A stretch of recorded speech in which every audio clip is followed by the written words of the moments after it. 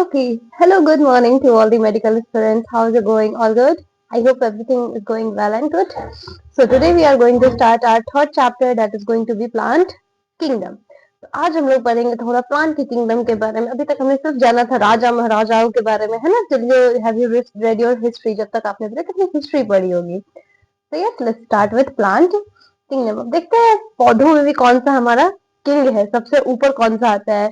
मतलब वैसे प्लांट्स आएंगे जो सिर्फ हमें क्या देते हैं, सीड्स देते हैं, या फिर वैसे प्लांट्स जो हमारे ओशंस के अंदर, रिवर्स के अंदर ग्रो करते हैं, या फिर like that type of plant जो टेरेस्ट्रियल है और हमें क्या करते हैं, वो सीड प्लस फ्रूट्स देते हैं। So let's get to this. Okay, so here we start plant kingdom. So in the previous chapter अभी तक हमने क्या देखा, एक ब्रॉड क्लासिफिकेशन देख ली हमारे किसके द्वारा, जो विटेकर सर ने प्रपोज किया था, क्योंकि इन्होंने 5 किंगडम क्लासिफिकेशन दी है। बट इनके बाद भी जो हायर एजुकेशन में जब आप जाओगे, मतलब आगे की पढ़ाई करने जाओगे, then you will read about 6 kingdom classification. तो वहां से कुछ क्लासिफिकेशन थोड़ी और चेंज होगी। तो अभी तक हमने देखा किसको, 5 kingdom classification that was given by R H. Whittaker sir in 1969, जिन्होंने कैसे बताया, Monera, kingdom Protista, kingdom Fungi, kingdom Animalia and kingdom Plantae. तो इस चैप्टर में बस हम डिटेल में पढ़ेंगे किंगडम प्लांटी के बारे में, पॉपुलरली जो जिसको हम लोग क्या बोलते हैं, प्लांट किंगडम। तो चलिए हम समझते हैं प्लांट किंगडम के बारे में। ओवर द टाइम, मतलब इवोल्यूशन से लेकर के प्रेजेंट टिल डेट तक, there has been a lot of changes in the plants as well as animals too. मतलब हर ऑर्गेनिज्म में चेंज हुई है, हर ऑर्गेनिज्म क्या किए, अडाप्ट किए खुद को for the survival of fittest.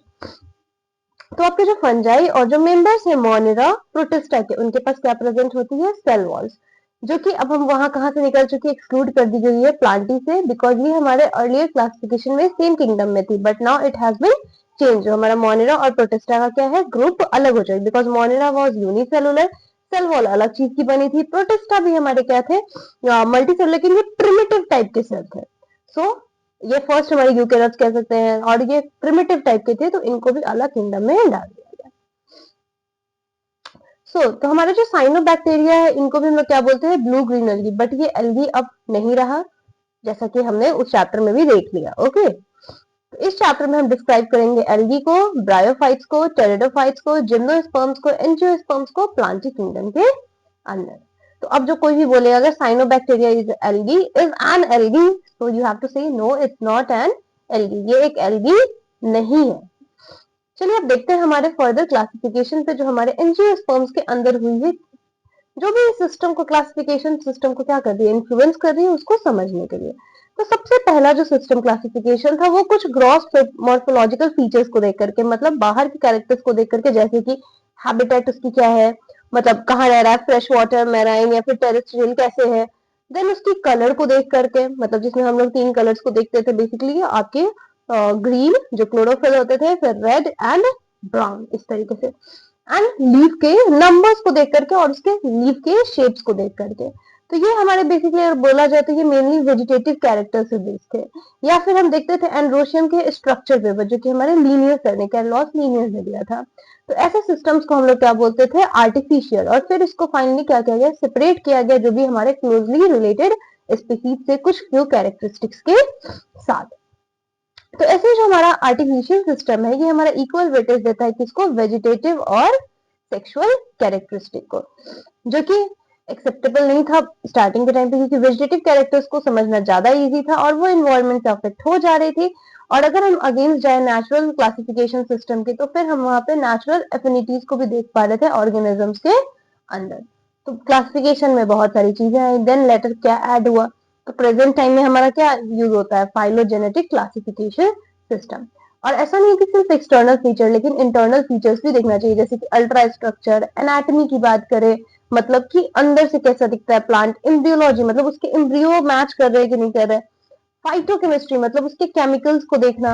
And यही सब क्लासिफिकेशन हमारे फ्लावरिंग प्लांट्स के लिए किसने दिया, George Bentham and Joseph Dalton Hooker, sorry Dalton, हाँ। अब प्रेजेंट टाइम में जो हमारा यूज हो रहा है classification system, that is phylogenetic classification system. Phylogenetic मतलब कि यहाँ पे क्या करते हैं, जेनेटिक रिलेशनशिप को देखते हैं एंड उस बेस पे इसमें क्लासिफिकेशन की गई है। तो ये हमारा बेस्ड है वही इवोल्यूशनरी रिलेशनशिप, जो कि किसके बीच में होता है, तो जो भी हमारे वेरियस ऑर्गेनिजम्स को एक्सेप्ट किया जाए। इसका ऐसा मानना है कि जो भी ऑर्गेनिज्म होते हैं वो सेम टेक्सा में बिलोंग करते हैं और उनका कॉमन एक एंसेस्टर होता है, ठीक है। मतलब इनका ये कहना है कि कोई भी ऑर्गेनिज्म होगी वो सब एक ही टेक्सा से है और उसके कुछ कॉमन एंसेस्टर्स है बिकॉज वो वहीं से इवॉल्व होकर के आगे फर्दर मूव ऑन किए हैं। तो हम इसी इंफॉर्मेशन को यूज करके अलग अलग रिसोर्सेज से तब इन्होंने रिजॉल्व किया क्लासिफिकेशन के डिफिकल्टीज को। तो ये जो हमारा और इम्पोर्टेंट कब हो गया, जब यहाँ पे कोई भी सपोर्टिंग फॉसिल एविडेंस भी नहीं थी। तो कैसे ये करते, तो यहाँ से आया न्यूमेरिकल टेक्सोनॉमी, जिसको हम क्लासिफाई करते हैं और कंप्यूटर्स की मदद से या फिर जो भी ऑब्जर्वेबल कैरेक्टरिस्टिक्स है उसको कोड्स में या फिर नंबर देकर के असाइन कर देते हैं उसके कैरेक्टर्स को और डेटा को इस तरीके से प्रोसेस कर दिया जाता है। और इसी तरीके से हम हर कैरेक्टर को इक्वल इंपॉर्टेंस दे पाते हैं, चाहे वो at the same time hundreds of characters क्यों नहीं कंसिडर करना हो। तो इस तरीके से हमने कंप्यूटर्स का इस्तेमाल किया ताकि हम कैसे एक प्लांट्स को इंडिविजुअली उसको बांट सके। और फिर यहाँ से साइटोटेक्सोनॉमी, ये हमारा बेस्ड है साइटोलॉजिकल इंफॉर्मेशन, जैसे कि क्रोमोसोम नंबर कितना है, स्ट्रक्चर कितना है, बिहेवियर कितना है और कीमो टेक्सोनॉमी कैसी है, मतलब कौन सा केमिकल कॉन्स्टिट्यूएंट्स यूज कर रहा है प्लांट अपने कंफ्यूजन को दूर करने, मतलब टू रिजॉल्व प्लांट कंफ्यूजन। मतलब इस तरीके से हमने इस सारी चीजों का क्या क्या इस्तेमाल किया, क्रोमोसोम नंबर का, स्ट्रक्चर का, बिहेवियर का एंड कीमो टेक्सोनॉमी। देखो बेटा इस सब पार्ट से असर्शन रीजन क्वेश्चन रहते हैं, so you must get that. और इसको हमारे यूज किया टेक्सोनॉमिस्ट ने, ठीक है। तो तब जाकर के इसको टेक्सोनॉमी के पार्ट में मतलब टेक्सास में इसको ग्रुप किया गया कैरेक्टरिस्टिक्स के बेस पे। So there are a lot. तो सबसे पहला हम शुरू करते हैं एल्गी। देखो एल्गी जो होती है ये क्लोरोफिल बियरिंग, क्लोरोफिल बियरिंग है, मतलब ये कैसी होगी, ऑटोट्रॉपिक होगी, है ना, अपना फूड ये खुद सिंथेसिस करते होंगे। Let me check my mic, yes it's working. नहीं, एक बार जब से मेरे साथ हुआ है ना, after that I am checking it every time, whenever I am recording I just check it once because it was so bad and I got to know with one of my student, he told me ma'am there is no audio. I thought what, why there is no audio, then I checked it. Okay, so algae are chlorophyll bearing। तो algae में क्या होता है, chlorophyll pigment present होते हैं, simple body होती है, thalloid होते हैं, ऑटोट्रॉपिक और लार्जली एक्वेटिक होते हैं। अब देखो बेटा थैलॉइड का मतलब ये है कि कोई भी डिफाइंड स्ट्रक्चर नहीं होती है, दैट इज कॉल्ड थैलॉइड। देखो इनमें सबकी स्ट्रक्चर क्या है, क्लियर है, कोई मतलब कोई कॉलोनी बना के रह रहे हैं, कोई फिलामेंटस फॉर्म में है, किसी के पास फ्रॉन्ड एयर, इस तरीके से ये रहते हैं। और ये फ्रेश वाटर और मैराइन वाटर दोनों ही ऑर्गेनिज्म, मतलब ये दोनों जगह ही आपके मिल सकते हैं, it can easily get there. उसके बाद इनके जो अकरेंस है तो ये वैरायटी ऑफ अदर हैबिटेट्स में भी होता है, जैसे कि मॉइस्ट स्टोन, मतलब जो गीले पत्थर होते हैं वहां पे, सॉइल्स में हो सकते हैं, वुड्स में हो सकता है, और कभी कभी तो ये एसोसिएशन के साथ भी रहते हैं विथ फंजाई, जिसको हम लोग क्या बोल रहे थे, लाइकेंस। और लाइकेंस का क्लासिफिकेशन हमने प्रीवियसली थोड़ा सा देख चुका है, जितनी आपकी एनसीईआरटी बताती है that is well sufficient for you. और एनिमल्स में भी रहते हैं, जैसे कि स्लॉथ बियर के साथ ये ग्रो करते हैं। तो ये वाला सिम्बायोटिक रिलेशनशिप याद करना, आपको लाइकेंस हमेशा याद रहेंगे बट ये स्लॉथ बियर वाला नहीं याद रहता है। So remember, try to remember this and इसको याद रखना, ठीक है। अब देखो अगर फॉर्म और साइज की बात करें एल्गी की, तो ये बहुत ज्यादा वेरी करती है, ये रेंज करती है कहाँ से, कॉलोनियल फॉर्म्स, जैसे कि वॉल्वॉक्स कॉलोनियल बन, कॉलोनी मतलब कि मोर देन वन कह सकते हैं स्पीसीज एक साथ ही बना करके रहते हैं। जैसे ह्यूमन, आपको पता है ना, आप लोग कॉलोनी, मोहल्ला and what was that place, I think मैंने यही दो सुना है। कॉलोनी मैंने सबसे ज्यादा सुना है, this was A colony, B colony, या फिर block, A block, B block, C block, D block, ward सुना है। तो इस तरीके से हमारे जो लोअर ऑर्गेनिजम्स हैं वो भी कॉलोनी बना के रहते हैं, ताकि उनपे जो अटैक हो वो नहीं हो। ह्यूमंस की कॉलोनी बना के रहते हैं, जितना मास नंबर में रहेंगे तो आपको क्या मिलेगी, स्ट्रेंथ मिलेगी। एक ये भी रीजन है, जो इनिशिएशन यही से हुई थी, मतलब ह्यूमन हिस्ट्री अगर आप पढ़ोगे तो इनिशिएशन इसलिए हुई थी कि हम ग्रुप्स में रहेंगे तो हमारा कोई शिकार नहीं करेगा। अब तो इसका जो कॉलोनियल फॉर्म्स है वो जैसे कि वोल्वॉक्स, फिलामेंटस में देखें तो वो हमारा यूलोथ्रिक्स और स्पाइरो वगैरह होती है। और कुछ फ्यू मेराइन फॉर्म्स है जो कि एज केल्प्स रहते हैं, और ये क्या बनाते हैं, मैसिव प्लांट बॉडीज बनाते हैं। अब देखो केल्प्स क्या होती है, ले what is this happening, I want to open this, एक minute, let me get down ना। हाँ, केल्प्स नहीं जानते होंगे आप लोग, this is how it lives in under the water. ये जो बड़े बड़े पेड़ हैं, if someone had watched Avatar movie, Avatar first, you must have seen this. There is a lot of biological things in that movie. मतलब I preferably adore that movie in biological classification. But it's 8 minutes. Let me twice. Okay. कहाँ पे रख हो जाता है? Very bad है तो save करना चाहिए।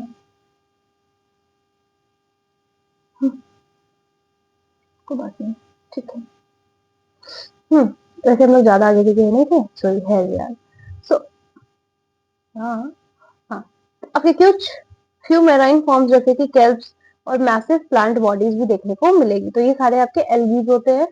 तो जितने एल्गीज को देखोगे you will remember the algae name. तो इस तरीके से याद में देखो, पता है चीजों को रटो नहीं, चीजों को अगर समझ लोगे ना यू विल गेट इट।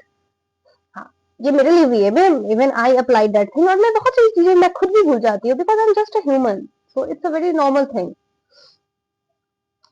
अब देखो एल्गी जो होते हैं वो रिप्रोड्यूस करते हैं कैसे, वेजिटेटिवली, मतलब asexual mode of reproduction, asexual and sexual methods के द्वारा।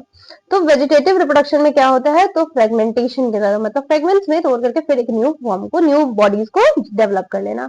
और हर फ्रेगमेंट जो होती है वो डेवलप कर जाती है किसमें, एक थैलस में। मतलब कि अगर एल्गी में बात करें तो वेजिटेटिव प्रोपगेशन में जो हमारा फ्रेगमेंटेशन होता है उससे कौन से फ्रेगमेंट्स बनते हैं, थैलेकोइड बनते हैं, थैलस बनते हैं, या फिर कॉलोनी बनते हैं। इस तरीके से रिमेंबर कर याद कर रखना बेटा, इट इज थैलस।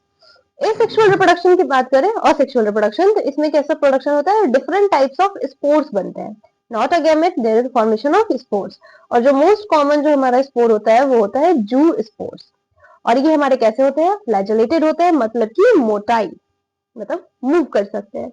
और जर्मिनेशन पे क्या करते हैं, एक न्यू प्लांट को रेज करते हैं। मतलब जैसे कि मूव करके गए, अब इनको क्या करें, मिलेगा एक सुटेबल इन्वायरमेंट अगर मिल जाएगी तो ये खुद को जर्मिनेट कर लेते हैं।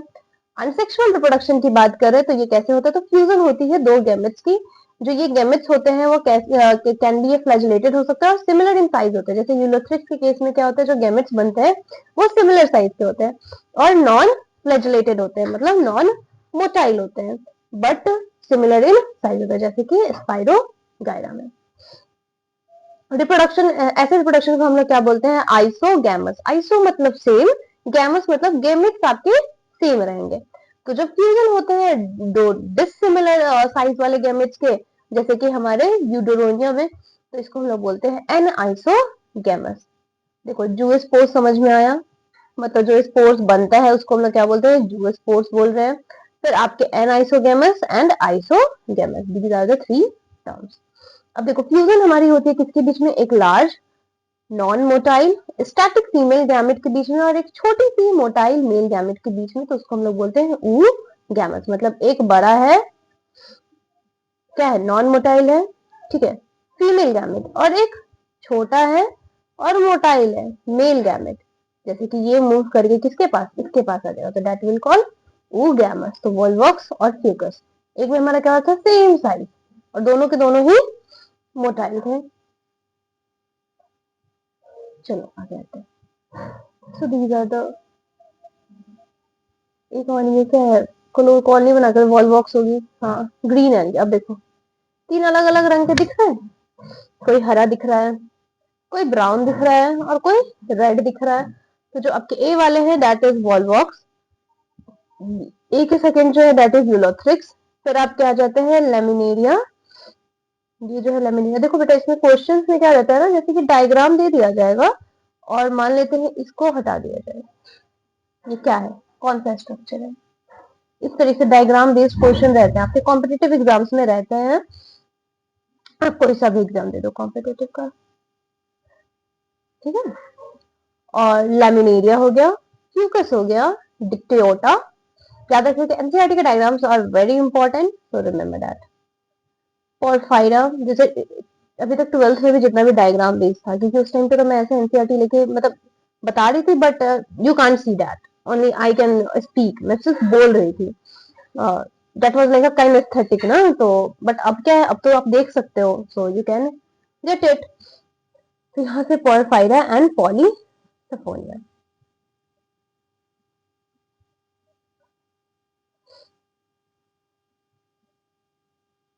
ठीक है, अब देखो जो भी एल्गीज होते हैं ना, ये बहुत ही यूजफुल होते हैं हमारे इंसानों के लिए बहुत तरीकों से। जैसे कि क्या, एटलीस्ट अगर हम half of the total carbon dioxide fixation की बात करें हमारे अर्थ पे, तो वो कौन करता है? एल्गी करता है। किसके द्वारा? फोटोसिंथेसिस के द्वारा। मतलब कार्बन डाइऑक्साइड को ये कम करने की कोशिश करता है। जैसा कि ये फोटोसिंथेटिक होते हैं, तो ये क्या करते हैं? इंक्रीज करते हैं डिजोल्व ऑक्सीजन को अपने इमीडिएट इन्वायरमेंट में। और जैसे कि ये काफी मतलब इंपॉर्टेंस रहता है, जैसे ये प्राइमरी प्रोड्यूसर्स होते हैं हमारे एनर्जी रिच कंपाउंड्स बनाने के लिए। किसके बेस पे? तो फूड साइकिल जो भी एक्वेटिक एनिमल्स होते हैं उनके लिए। उसमें एक टर्म आता है फाइटोप्लैंक्टन। तो बहुत सारे स्पीसीज है, जैसे पोरफायरा के, लैमिनेरिया के और सेरेगेसम के। हमारे अमंग 70 स्पीसीज मैराइन एल्गी के उसको क्या किस फॉर्म में यूज किया जाता है? As a food. So they are a good for our nutrition also. तो इसको हम फूड के तौर पे भी यूज करते हैं। कुछ हमारे marine brown and red algae जो होते हैं वो लार्ज अमाउंट्स ऑफ हाइड्रोकोलॉइड्स मतलब वाटर होल्डिंग सब्सटेंसेस को प्रोड्यूस करते हैं। जैसे कि एल्गिन, एल्गिन में ब्राउन एल्गिन, कैरागिन जो कि हमारा रेड एल्गी होता है और जिसको कमर्शियली यूज किया जाता है। अगर मीडियम अगर याद होगा तो इट इज कहाँ से वो बनती है? तो हमारे कमर्शियल प्रोडक्ट जो कि गैलेडियम और ग्लाइसिरिया से यूज करके तब बनाया जाता है, जिसमें हम लोग माइक्रोब्स को ग्रो करते हैं और उसकी प्रिपरेशन जैसे कि आइसक्रीम्स और जेलीज में इसका यूज किया जाता है। फिर कॉलरा भी जो होती है एक यूनिसेलुलर अल्गा होती है जो कि रिच इन प्रोटीन्स होती है और इसका यूज करते हैं एज अ फूड सप्लीमेंट। जो स्पेस ट्रैवलर्स में भी इसका इस्तेमाल किया जाता है। क्लोरेला सब खाते हैं। ठीक है, और एल्गी को फिर इसी बेस पे हमने क्या किया? 3 क्लासेस में बांटा गया, दैट इज क्लोरोफाइसी, थियोफाइसी, रोडोफाइसी। अच्छा, एल्गी क्या है? फाइलम है। फाइलम या फाइलम नहीं, फाइलम तो एनिमल्स में आता है, डिवीजन है। ठीक है, डिवीजन में याद रखेगा। तो इसमें फिर अलग क्लासिफिकेशन है। अब देखो इसमें से इंपॉर्टेंट थोड़ा क्या है, तो आपका ये वाला अगर अगर जो होता है वो किससे बनता है? गिलीडियम एंड ग्रेसिलेरिया से बनती है। ठीक है, और जो आपके सर्टेन कुछ हमारे जो ये मेराइन ब्राउन और रेड एल्गी जो होते हैं वो हाइड्रोकोलाइट्स प्रोड्यूस करते हैं। हाइड्रोकोलाइट्स का मतलब होता है आपकी वाटर होल्डिंग सब्सटेंस होती है। ठीक है, अब आ जाते हैं फर्स्ट क्लोरोफाइसी। अब जो मेंबर्स होते हैं ना क्लोरोफाइसी के, इसको हम लोग कॉमनली क्या बोलते हैं? Green algae. और जो प्लांट बॉडी होती है इसमें कैसी हो सकती है? यूनिसेलुलर, कॉलोनियल और फिलामेंटस, ये तीनों तरीके से। यूजुअली जो होते हैं इसमें हमारे जो ग्रास होते हैं वो ग्रीन होते हैं। क्यों? क्योंकि इनमें पिगमेंट जो पाया जाता है कौन सा? Chlorophyll A and D. और ये पिगमेंट जो होती है ये लोकलाइज्ड होती है किसके अंदर? क्लोरोप्लास्ट सेल के अंदर। और जो क्लोरोप्लास्ट होता है वो कैसा हो सकता है? उसका शेप जो होता है वो डिस्क जैसी भी हो सकती है, प्लेट लाइक भी हो सकती है, रेटिकुलेट भी हो सकती है और कप शेप्ड भी हो सकती है। साथ ही साथ स्पाइरल, रिबन शेप, अलग अलग स्पीसीज में क्लोरोफिल का जो सॉरी क्लोरोप्लास्ट जो होगा उसका शेप वैरी करेगा। It's not going to be a fixed shape. तो मोस्ट ऑफ द जो मेंबर्स होते हैं इनके पास एक या एक से ज्यादा स्टोरेज बॉडीज होती है जिसको हम लोग बोलते हैं पायरेनॉइड्स। तो पायरेनॉइड्स याद रखिएगा किसमें प्रेजेंट होता है? तो ये क्लोरोप्लास्ट के अंदर होता है। पायरेनॉइड्स जो होते हैं उसमें क्या प्रेजेंट होती है? प्रोटीन स्टार्च के असाइड। मतलब मोस्ट ऑफ द अपने प्लांट में सुना होगा कि जो स्टोर्ड फूड होता है वो क्या होता है? स्टार्च होता है, but in this it is protein. और कुछ एल्गी जो स्टोर करती है फूड को किसके फॉर्म में? तो ऑयल ड्रॉपलेट के फॉर्म में। और जो ग्रीन एल्गी होती है यूजुअली इनमें रिजिड सेल वॉल होती है और वो किस चीज से बनी होती है? इनर लेयर सेलुलोज से होती है और आउटर लेयर पेक्टोज से होती है। मतलब इनर की बात करें तो सेलुलोज और आउटर की बात करें तो पेक्टोज। और वेजिटेटिव रिप्रोडक्शन जो होता है यूजुअली किसके द्वारा होता है? तो फ्रेगमेंटेशन के द्वारा होती है। और असेक्सुअल रिप्रोडक्शन जो होती है कैसे होती है? तो एक फ्लैजिलेटेड जू स्पोर्स होती है जो कि क्या प्रोड्यूस करती है? जू स्पोरेंजिया। और जो सेक्सुअल रिप्रोडक्शन होता है वो क्या करती है? कंसिडरेबल वेरिएशन शो करती है हमारे इसके टाइप में और फॉर्मेशन करती है किसका? सेक्स सेल्स का। ये कैसे हो सकते हैं? आइसोगेमस भी हो सकते हैं, एनआइसोगेमस भी हो सकते हैं और वो गैमस भी हो सकते हैं। तीनों याद रखना। मतलब आइसोगेमस सेम साइज और फ्लैजिलेटेड गैमेट्स बनेंगे। एनआइसोगेमस मतलब क्या होगा? डिफरेंट डिसिमिलर होंगे। और ऊ गैमेट्स में जिसमें मेल क्या होगी? साइज बड़ा होगा बट कोई फ्लैजला नहीं होगा, वो मोटाइल नहीं होगी, नॉन मोटाइल होगी। एंड जो ऊ गैमेट्स होगी वो कैसे होगी? छोटी साइज की होगी और वो मोटाइल होगी, मूव करके फीमेल गैमेट तक जा सकती है। तो कुछ हमारे कॉमनली फाउंड ग्रीन एल्गी है जैसे कि क्लेमाइडोमोनास, वॉलवॉक्स, यूलोथ्रिक्स, स्पाइरोगेरा एंड चलो, so these are the examples of chlorophycine. Now we will come to PO5C. I think it's done now. Can we do this in next class? यहाँ से PO5C से next class में करते हैं. Okay, I hope यहाँ तक आपको समझ में आया हो ये प्लांट किंगडम की क्लासिफिकेशन की जरूरत क्यों पड़ी और कितने डिविजन्स में जब उसे बांटा गया, एल्गी में, फिर ब्रायोफाइट्स, टेरिडोफाइट्स, जिम्नोस्पर्म्स और एंजियोस्पर्म्स, बस उसी की क्लासिफिकेशन को हम समझेंगे. So let's get it to it. Okay, so have a nice day. Bye bye बच्चे लोग, अच्छे से मेहनत करो, क्वेश्चंस प्रैक्टिस करो. If you don't practice your questions, there is no, I don't think so there is benefit from anything of reading on all if you don't practice. मेरा last में question series में NEET में ही PYQs में करवाऊंगी, but अभी पहले मैं 11th का complete कर लूँ, उसके बाद because I have a lot of chapters to complete. I think my target is March. I hope I will complete that because I have seen, I have make my chart, so I will complete till March. After that I will get through the revision and मैं उस time पे chemistry और physics की भी revision करवाऊंगी NEET की PYQ सब मैंने सोचा है. जब मैं पढ़ती थी तो हाँ, I was okay with all the subject. So let's try. I hope the best will come. Okay, so bye.